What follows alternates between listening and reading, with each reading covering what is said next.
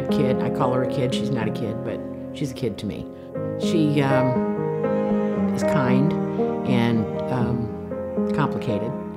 She's kind of a little quirky, but she has the greatest personality. She's always up to do things, wants to do fun stuff. So Melanie has Down syndrome. She has some definitely health issues. She has a speech impediment that makes it difficult for her to communicate. So a lot of things she has to maybe show you, or she has a hard time getting words out. Yeah. Where was this one taken? Is that your aunt's house? She gets up and then she gets herself dressed. Puts her dirty clothes in the hamper. She's very self-sufficient that way. She comes into the kitchen and staff provide her medication for her and she takes it. And then staff prepares breakfast for her. We have her wipe off the table. She might need a prompt to do that, but she does that on her own. 3 days a week she goes to program for Easter seals, and she does a lot of activities throughout the day with that. She is thriving with independence, being in this house, in this program. She's very happy to be here. This is her home. It's an amazing journey that has happened to her.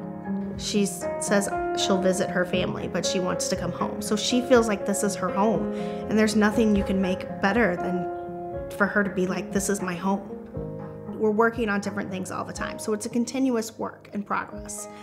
We're looking at having her learn her address and phone number.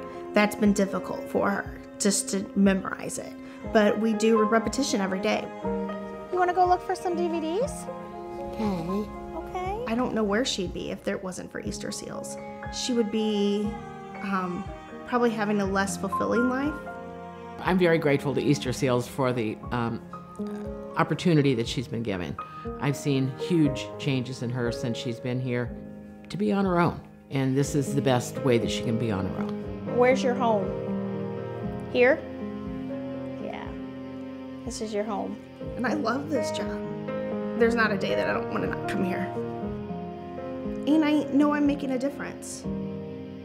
You can see that Melanie's happy, and that's probably our biggest goal, is we want our individuals to have rights and freedoms, and you can tell that she's very happy with that.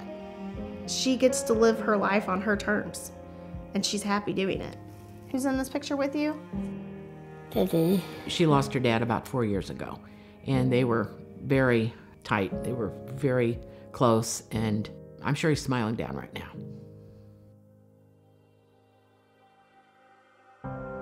We help people with disabilities be as independent as possible. We help them live out their life as full members of our community. People with disabilities want to do the same things you and I do.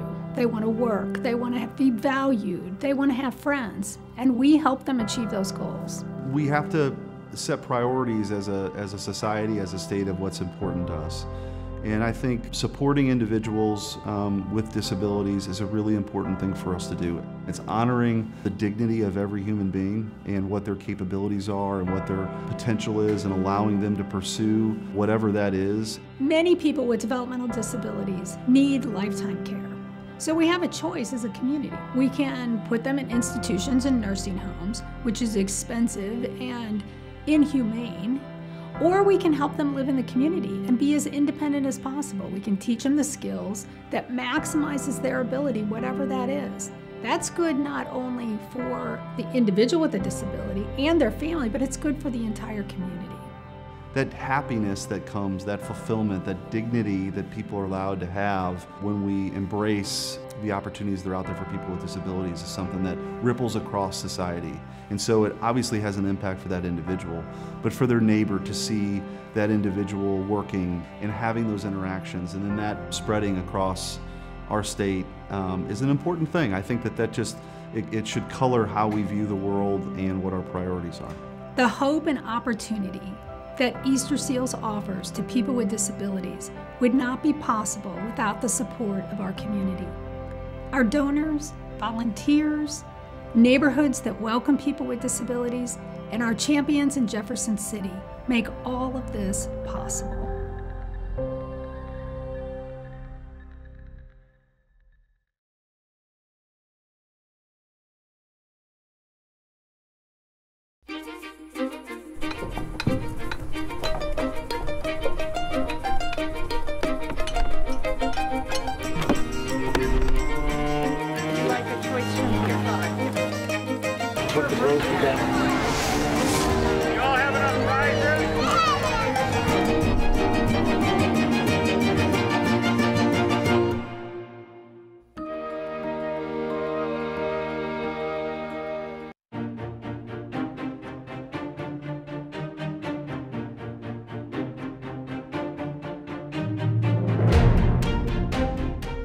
Welcome to This Week in Missouri Politics, Lincoln Day Weekend Edition, and we are joined by Senator Bill Eigel, the senator from Tax Cuts, the senator from St. Charles.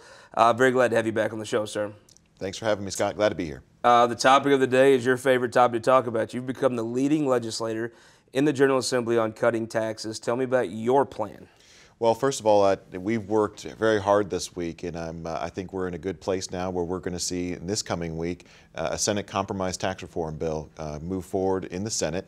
I have a lot of thanks to some of my colleagues that have worked very hard with me. Senator Andrew Koenig, Senator Wayne Wallingford, Senator Bob Onder have all been a part of this discussion.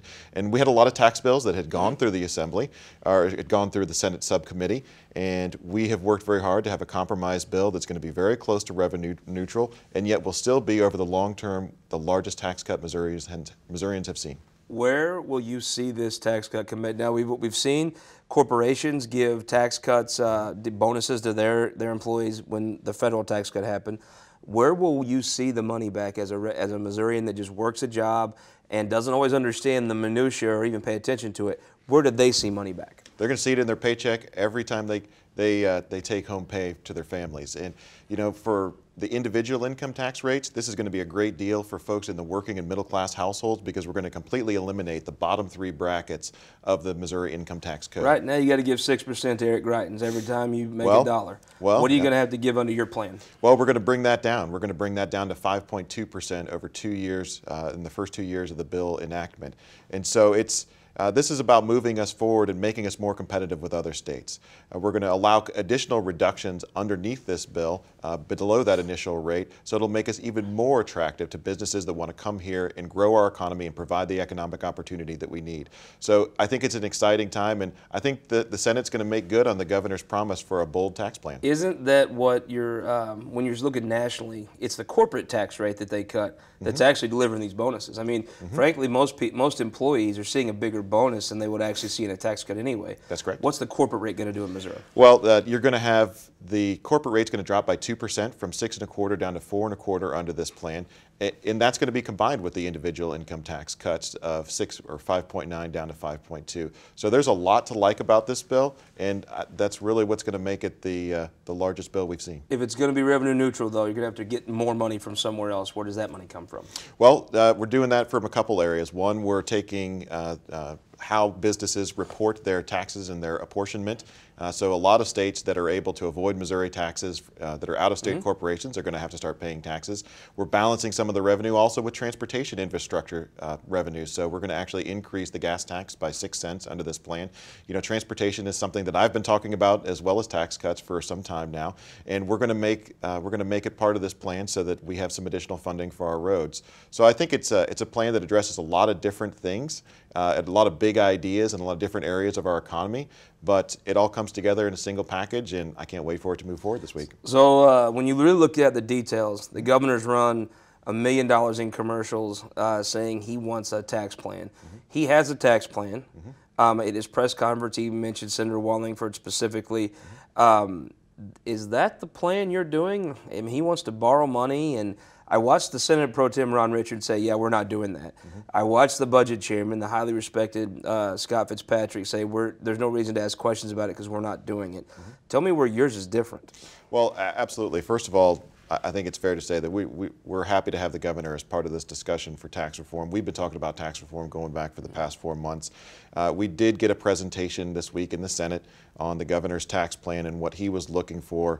I think it got probably a cool reaction from the Senate caucus, and I'd probably echo Senator Ron Richards' comments that there are some concerns that we have with that plan. But we did take a couple elements of that plan and we combined that into the compromise bill that we're moving forward. So there's room for the governor to be a part of this discussion, and certainly I welcome that. But the plan that we're going to move forward is going to look a lot different, I think, from the governor's plan. Yeah, I mean, when you look at the optics of the situation, tax cuts have been very popular nationally. That is Donald Trump's had a turbulent year, but he could definitely hang his hat on a tax cut plan that thus far looks good. When you see the least popular elected official in the state of Missouri, Eric Greitens, glomming onto your plan, what challenges does that present?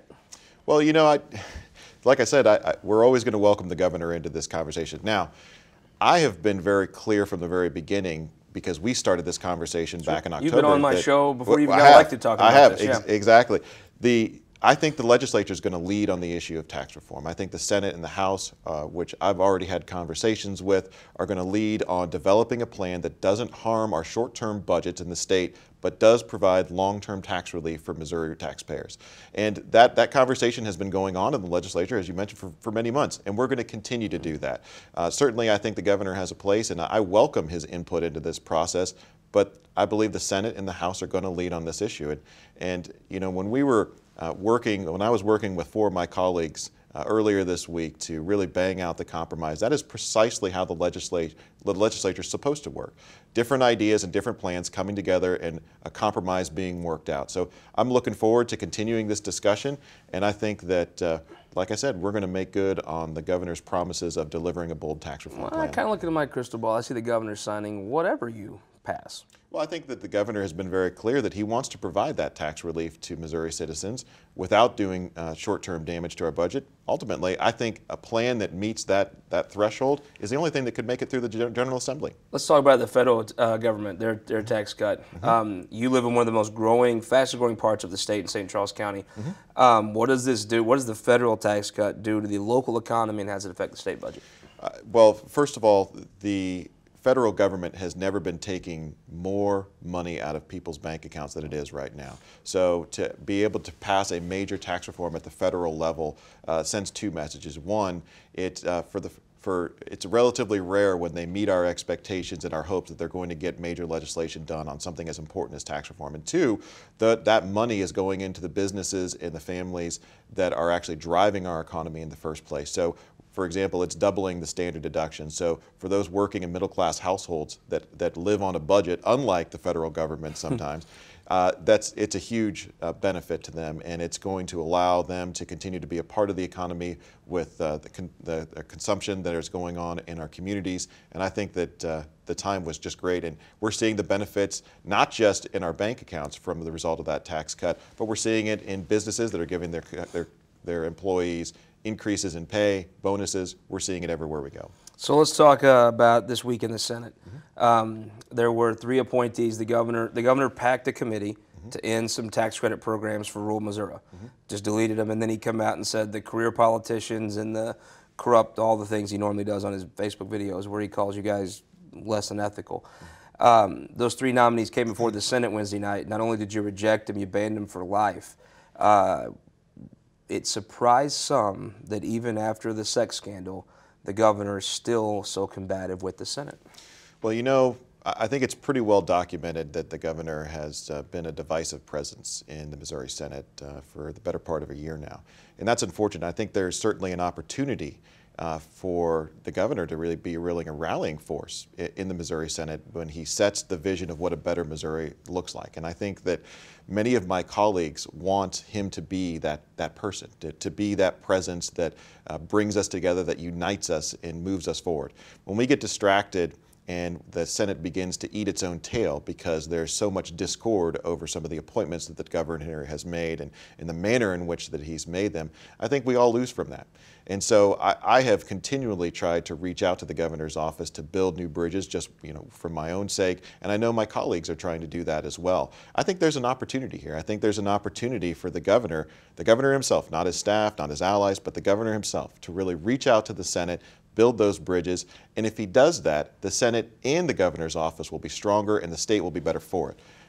I know that I am ready to meet with him and build that bridge anytime. I think my fellow colleagues share that sentiment. Well, coming up next, you have Department of Education, the same situation. Governor stacks the board. I heard one very compelling argument. Could you really know enough about all these issues in 3 minutes that you're on the board to make huge changes? I think it comes back, do you believe the Senate has a role in their advising consent? Is that real? And number 2, I guess, do you let these go, or do you have to reject them in the same manner, mostly to protect the integrity of the Senate? You know, we have supermajorities of Republicans in both chambers of the legislature. Many of us, particularly in the Senate, want to get to the same place that the governor wants to get to as well. Yeah. But sometimes it's not the destination, it's how you get there. And if you go about appointing folks in a manner which causes the amount of discord that we're seeing in the Senate right now, I think that's troubling. So again, I think there's opportunity here. There's opportunity for the governor to accept the the olive branch that many senators over on our side of the building have put out to him. And if he does that, I think we could get beyond the trouble that we've seen with the Board of Education or a number of these nominees. And instead of spending our time debating nominees for different boards around the state, we could move on to the legislation that's most important to us. Well, there was a Senate before you that Senator Webster served in, Senator Scott, Senator Matheson. There'll be a Senate after you. Some senators view their role as, I guess, kind of a liaison from the governor's office to carry his water. Other senators view themselves more traditionally. Do you believe your caucus can pass down the same Senate that you inherited? Well, my concern here is the institution of the Senate, and the Senate functions as an independent branch of government from the executive branch. And I think what you're seeing here when we talk about leading on tax reform, I think you're seeing an example of that. When you see the Senate push back on nominees that they don't feel meet the smell test as far as what we're looking for on these boards of commissions, that's what you're seeing. So, and I think you'll continue to see the Senate perform as an independent, separate voice from the executive branch. But that doesn't mean that we don't want a good relationship with the governor. I think that my colleagues that I'm closest to, I know, have been consistently trying to reach out to the governor's office, and my hope is that he's going to take us up on that offer, because when you have supermajorities in both chambers of the legislature, it doesn't have to be as difficult as it was this week. And I think that my desire for that relationship isn't going to go away. We're going to continue to try to reach out to the governor's office. We're going to continue to try to work with him and build the relationships we need so that, like I said, we could get on to the important issues of the day. I'd rather be talking about tax reform than talking about the controversy over these nominees. Senator Eigel, we'll continue to come back here and talk about these same issues as the session unfolds. Thanks for having me, Scott. Be right back with our Opinion Maker panel. Kate Casas joins the show again after this.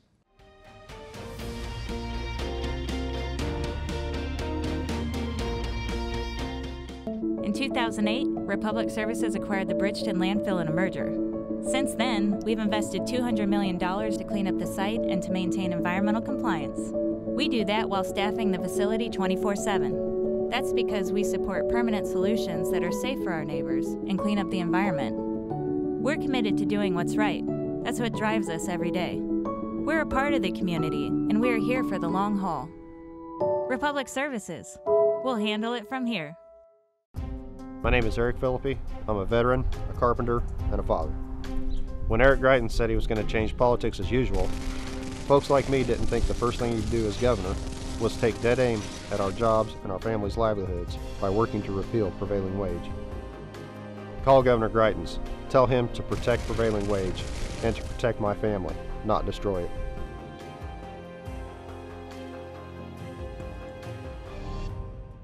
At Ameren, Missouri, we know what light can do. It draws people together and chases monsters away. And if you shine it in the right direction, it will light the path for the next generation, showing them what their tomorrow could look like, and spotlighting the possibilities that lay in front of them. Investing in our community by lighting the way forward. That's energy at work. Ameren, Missouri. Welcome back this week in Missouri Politics. Opinion Maker panel time, joined by Sam Gladney, attorney, Democrat running for state rep here in St. Louis. Good to see you, sir. Thanks for having me. Kate Casas, thank you so much for joining us again. Governmental Affairs Extraordinaire. Thank you for having me. Jim Gwinner, Republican, longtime strategist. Glad to have you, sir. Thanks. Representative Bryan Spencer, Winsfield. Good to have you, sir. Thank you for having me back. You bet. Let's talk about the Senate. The Senate was monopolized. You knew it was coming. Yep. You had to do. They had to bring these appointments up. They waited until the day before the end. Brought the MHDC appointments. The governor stacked a board to cut some of these tax credit programs in rural Missouri. Well, the governor's Harvard staff might have been surprised by those rural Missouri senators, not just killing them, but killing them for life. You know, I think underestimating the Missouri State Senate is probably a very unwise thing to do. They are asserting the fact that they're an independent body. They are utilizing their legislative mandate to advise and consent, and I think they're doing the things that they're elected to do. Now, whether you agree with that or not, I think is the part for debate. Looks like the senator that represents Hornersville down in the Boot Hill overcame the governor's staffer from Harvard. It looks like that away, yes. So when you look at it from the House perspective, you're part of a theoretically co-equal branch of government, right? Correct. In the Constitution, it says that your branch of government should provide advice and consent and gives that to the Senate. You're on the Budget Committee. The budget starts with you guys. They advise and consent. will you guys, do you stand shoulder to shoulder with them in protecting that part of your power? Well, as far as the budget goes, we're controlling the purse. The governor gave us recommendations on the budget. There's some items that we agree with, and there's other things that we don't agree with, and we will set the budget in the House. Same way, an interesting thing, just because you have a supermajority of all Republicans doesn't mean you're going to have a governor that likes them or that can even tolerate them. I think you saw this time the governor was awfully proud of, I remember the Facebook video of the corrupt career politicians were whatever. Well, his guys were banned for life, and I don't think that was I think that was a shot that they meant to send. I like seeing co-equal branches of government assert their independence. I wish we saw a little bit more of that federally with Congress and some of the stuff that's going on with the FBI right now. But we're certainly starting to show them in Missouri how co-equal branches should work.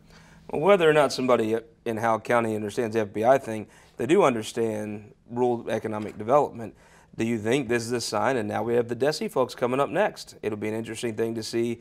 I think that was an interesting point where Senator Schaaf, he had every right to block a few of these folks. One of them had sued him personally. He chose not to. He only blocked for life the people that had been put on a board and changed policy without being confirmed. Is there any way you could understand rural economic development from being on the board for 3 minutes? No, I don't think so. It was an interesting thing. You saw the Senate stand up for their right to be able to advise and consent. If they didn't stand up for that right, they would not. I mean, I think Senator Webster might have came back from the dead and punched in the face the Republicans that voted to lay down on it. Yeah, I mean, I think, one, this wasn't a real surprise. I don't think to anybody that's been paying attention to MHDC since this fall. In the reality, I'm not sure it changes much. The board now doesn't have enough members to vote. There's still no tax credits being issued. We still have, there still has to be a compromise probably in the Senate before there are tax credits. So, in my opinion, this was, an important thing inside the building and between the Senate and the governor, but it doesn't actually change anything for rural economic development or urban economic development or suburban economic development. We're still right where I've noticed that the governor, for all of his Facebook posts, has not said anything about the historic tax credits that benefit St. Louis. Been awfully quiet. I noticed our friends of the Post-Dispatch have been a little quiet about that as well. There are some bills out there dealing with the historic tax credits. I don't think that that there won't be a healthy debate about historic tax credits this session too. Take the issues out of it. Do you think this was an important thing for the Senate to do, to assert their authority and not just? I mean, if you're just going to let the governor rub sand in your face and take it, I mean, why would you be respected later? I mean, I respect the Senate's right to do what they did. The Constitution gives them that ability. 34 senators all have the same power, and they exercised it this week. I think that is, at the very least, it's informative about, probably what the next couple weeks are going to look like. Representative, you have, right now, the Senate has a bill that kind of maybe a merge of Senator Eigel, Senator Koenig, maybe some parts of Senator Anders' tax bill together. Then you have the governor who has a bill, what Senator Searpoy has. The governor's spending $1 million to, I guess, help Senator Searpoy's bill. Boy, it seems to be maybe not the person you want helping you right now. Well, as far as the whole changing the tax codes, I mean, we had it done on the national level, and then we did it a couple years ago on the state level, where we have a 0.5% drop with every surplus. Looking at what we currently have, we went from 6 to 5%. I think the best plan would be Senator Koenig's and Eigel's compromise. So, interesting thing, you have a dynamic where the governor has went on a tax tour around the state, and he's fully committed to Senator Searpoy's bill. That is, his bill would be a huge win for him. Then you have the Senate. Me and Ron Richards said, yeah, we're not doing that. Scott Fitzpatrick said, yeah, we're not borrowing money. We're not. I don't even think I'm not sure it gets an honest even consideration right now.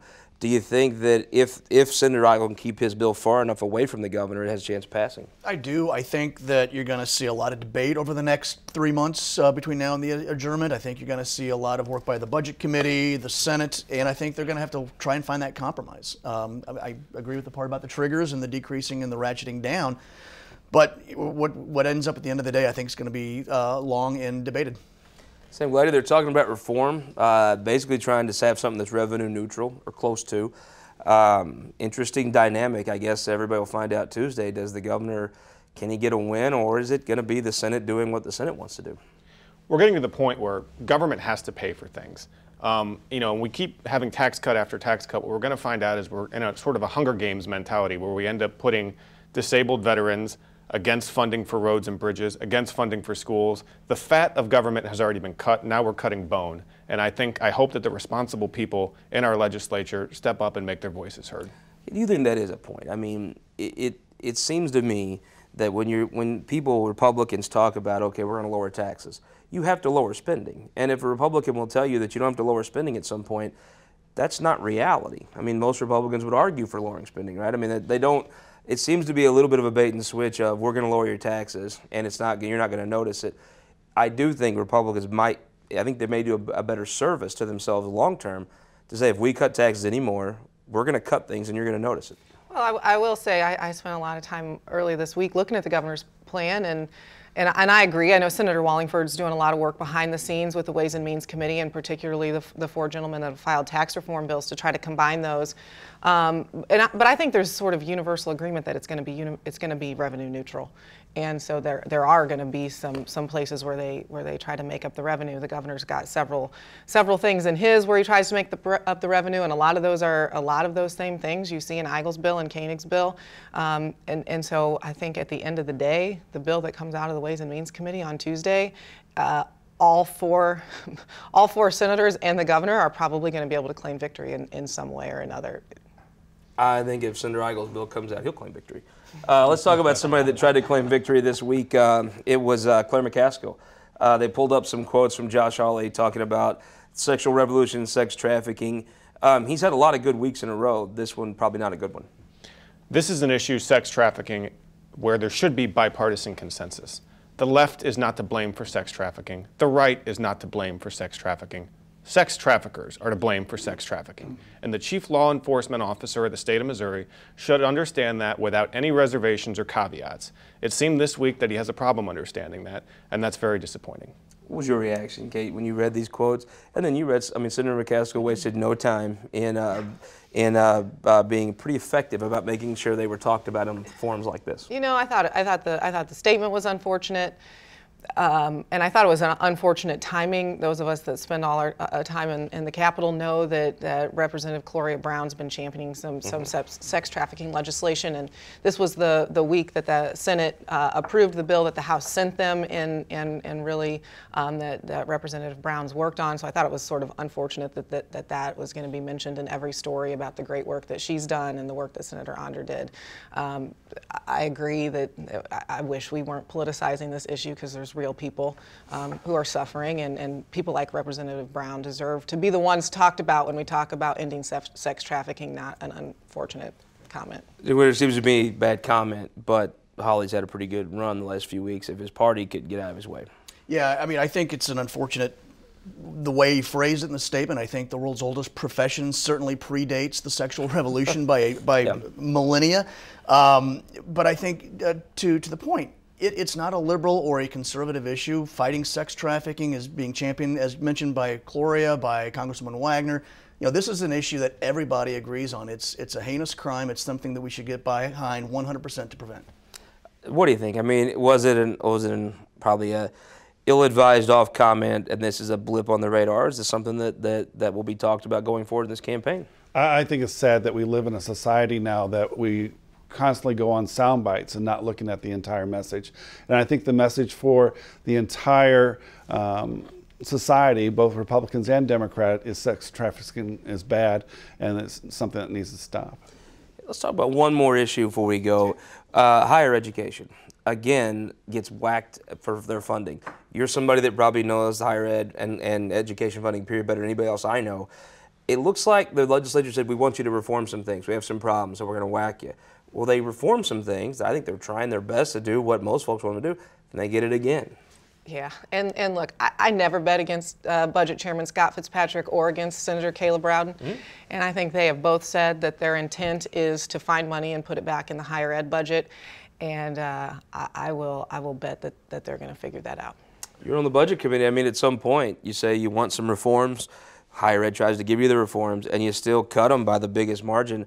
why would they keep listening? Well, we didn't cut them, and Sure. we'll restore a lot of that funding in there. Predict that funding gets restored? I do, and the reason is, you know, if you look across the state of Missouri, the number one thing is a trained workforce. Yeah. And we live in a society of pedigrees, and so it's important that we are able to certify the trade skills, the manufacturing skills, as well as produce, you know, people with degrees that can do certain jobs. So where do you think they put that back? And if they don't put that back, at some point the higher ed folks have said, well, you're just going to cut us anyway. Let's do what we want. Right. I think they have to put it back. I'm a Mizzou guy through and through, black and gold.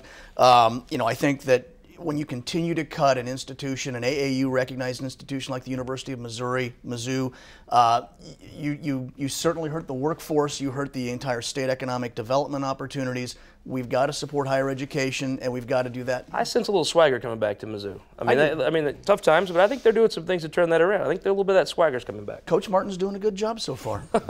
Sam Gladney, interesting thing. I mean, I think you are to the point where why do they listen if when they do listen, you do the same stuff?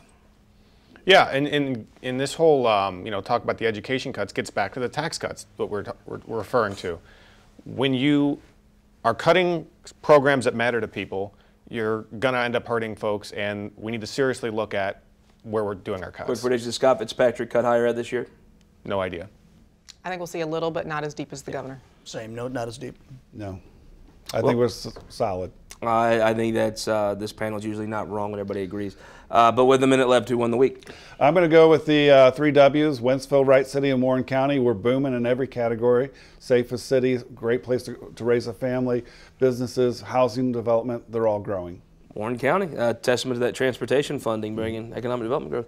Who won the week? Republican auditor candidate Dave Wassinger is leading the money on the endorsements game right now. Who won the week? I'm going to say Missouri kids. It was a big week for ed reform.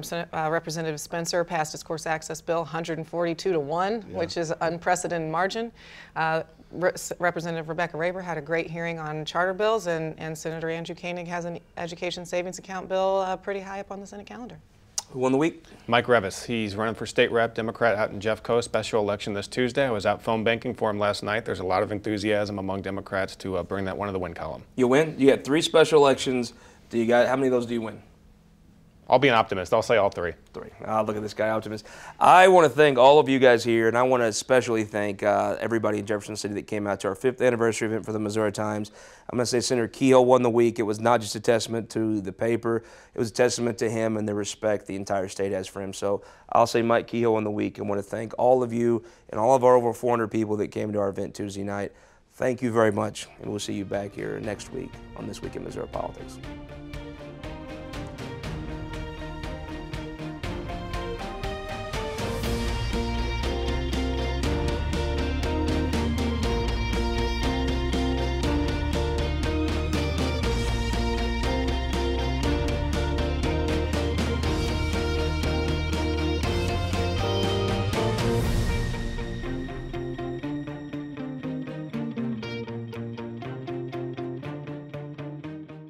This Week in Missouri Politics, brought to you by Spire and Sterling Bank.